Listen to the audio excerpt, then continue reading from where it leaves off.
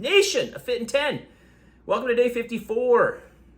And if you have not booked your scan, please make sure you do. www.calendly.com/fit in 10. Book your scan. It is our second last check-in. It's happening this Friday or Saturday, depending on which day you book it on. Both those mornings, book your scan with me. Let's get it in. If you can't make it, let me know. We can arrange a time outside of that, all right? Okay, today I want to talk about, I'm not going to talk about a sweet treat because I want to talk a little bit about emotional eating. And I would venture to guess that many times, maybe not every single time, but many times that you want to have a sweet treat is because you are emotional eating. You want to eat because you are wanting to fulfill a void that needs to be fulfilled, right? We want to give ourselves something that is going to give us some kind of neurotransmitter-like response in the brain, some sort of dopamine rush to make us feel better, okay? So let's talk about this a little bit. So number one, when you want to eat something sweet or when you want to eat, period, you must ask yourself, are you actually hungry? Are you actually hungry? Okay, and if you are not actually hungry, what is triggering you to eat? What is triggering you to want to eat? Okay, and then try to dig, if you're not sure, dig a bit deeper and really ask yourself, is anything bothering you? Is there anything on your mind? You know, do you have anxiety? Is there an exam coming up? Are you feeling depressed about something? Did you maybe just have a confrontation with somebody? What is going on at that moment? What's going on deep in your brain? What's going on subconsciously that might be triggering you to want to eat? Okay, so be aware. That's the first thing. Number two, when you are aware of it and you're not hungry, okay, you're truly not hungry, we need some sort of coping mechanism, right? So we can try to put something in place of it that you enjoy that can act as a way to fulfill or improve whatever feelings you're having at that time. So going for a walk or journaling or maybe talking to a friend or doing some kind of activity that you would otherwise get some sort of stress relief from, okay, or something you enjoy, all right? So put something in place of that. So if you're at home and, you know, maybe it's just the confinements of your physical space that are triggering you for some reason to want to eat, get outside and go and do something, even if it's just getting outside and just walking. Number three, this is really applied to when you're eating. Just try to eat slower and enjoy your food, okay? Take times between bites. Enjoy the flavor, the texture of the food. Really take in the food that you're eating and take your time with that. Okay, and also if you eat your meal, you've got your meal allotted and you're done and you still feel hungry, give yourself 15 minutes and see if you're still hungry. All right? Number four, if this is truly emotional eating, and as I mentioned, I venture to say it's probably more often emotional eating than not, you may want to, especially if it's a somewhat of a serious issue, perhaps, maybe you want to talk to a friend, a family member, if it's really, really serious, perhaps a professional like a counselor or whatnot, especially if you're feeling kind of helpless. This may be something that you may consider doing, right? Getting out there and talking about the way that you're feeling to somebody else. It really does make a big difference. Lastly, I want to say if you mess up, you need to be, as I've always mentioned in various videos, you need to be kind to yourself. Okay, you need to forgive yourself. You need to just be able to tell yourself, look, I am human. We are all human. Every one of us is human. We're going to make mistakes. You're going to make mistakes going into the future.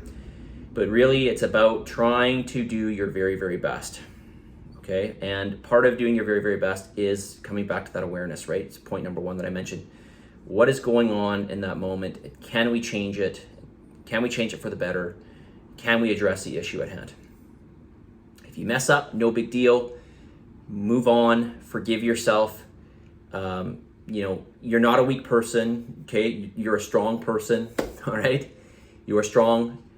Forgive yourself, tell yourself you can get through this and move on. And again, it's just about the amount of steps forward versus backwards. We just want to make more steps forward versus backwards, right? Okay, let's get into some of your feedback here. All right, this person did 4 resistance-based workouts and 5 cardiovascular sessions, so this is awesome. All right, this is under anything that you would like me to cover in this week's video. Series, resistance-based workouts, benefit of full body exercises like squats and deadlifts, scared I might tweak my back versus machines. Yeah, so listen, these big movements like squats and deadlifts, and those are arguably the 2 biggest, well, I don't even think you could actually argue about it. Those would be the 2 biggest movements. Probably deadlifts would be the most draining, to be honest with you. Yeah, these are movements where we need to be more aware of our body positioning because we're doing a lot of stabilization and there's a lot of coordination of different muscles at one time. Okay, so we need to coordinate various cues when we're doing these movements. So in some ways they are advanced movements, and this is where machines have an advantage. Now, I am of the opinion, just like, well, I guess it doesn't really apply anymore, but maybe back in the day it was like, learn on a standard, not an automatic. Kind of the same difference here, but maybe I would say certainly more important would be to, although not the end all be all, I would say to try to learn these basic movements first, these basic non-machine movements. However, I would suggest doing it only under the supervision. If you don't know or you've never had any training with it, I would do it under the supervision of an instructor or personal trainer or something like that, somebody who knows how to do these movements properly, because yes, you can hurt yourself if you're not if you're not, I don't really want to say doing it properly, but let's just say that, okay?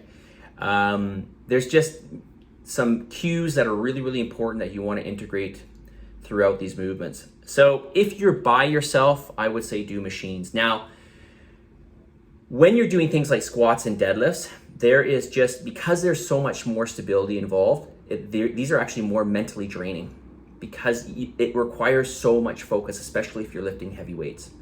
And again, like I mentioned, there's so many cues involved. If you go into a leg press, you sit in, you're stabilized, your body's set, and you just have to push against a sled, essentially. Okay, versus if you're squatting, let's assume you're doing a back squat, you've got a bar on your back, you've got to make sure, first of all, is that bar set in the right place? You have to firmly have that bar on your back. You've got to brace through your midsection. You really want to squeeze your glutes to make sure that you've got a good base of control through your core being not just your midsection, but also your hips. We really want to watch our breathing on a movement like a squat, so we want to take that into consideration, and then we want to squeeze all the muscles, and then we want to be aware of where our hips are going at that time and where our knees are going as well, including our foot placement. There's a lot to think about when we do this.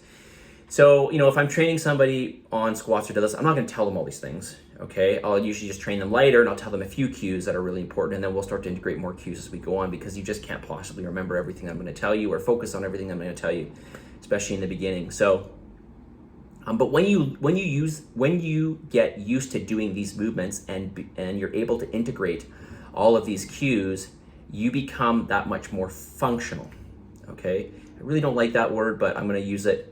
Functional in the sense of how to turn on a lot of different things, in particular, especially stability through the for lack of a better description, the core of your body, or basically where we would find your center of gravity. We learn how to better stabilize that, and that has a lot of carryover into different activities throughout your life. So that's super, super important, okay? I'll probably talk a little bit more on this tomorrow, just to wrap it up. And there's some other great questions from this person, so we'll get into it. Let's get the message of the day on this day 54, and I'm going to ask you straight up, what is the secret in all this? What is the secret? The secret is really just being consistent with something that is reasonable. Consistent and reasonable. Consistent and reasonable. It's all it is every day. It is about being consistent and reasonable. It's not about being extreme, okay? It's not about any secret supplement. It's not about any secret diet. It's nothing about that. It's really just about being consistent and reasonable with your calories and then types of calories that you eat. That's it. And let's not forget exercise as well. But you can really control everything with diet alone if we're just talking about body weight here. Obviously, we want to be functional, we want to be more resilient, and certainly we want to build strength, especially as we age, and that's only going to happen from exercise. But ultimately, putting all that together, we want to be reasonable and consistent over time, right? Okay, consistent over time. Consistent, that means we keep going, right? We keep going. And we've got to, in order to keep going, in order for us to keep going, we've got to be reasonable, okay? And obviously it's going to vary from person to person, depending on what you consider to be reasonable.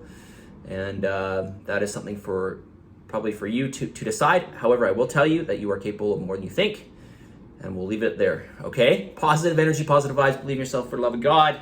Give some gratitude, and send me 5 things you are thankful for. 5 things. We'll talk to you tomorrow.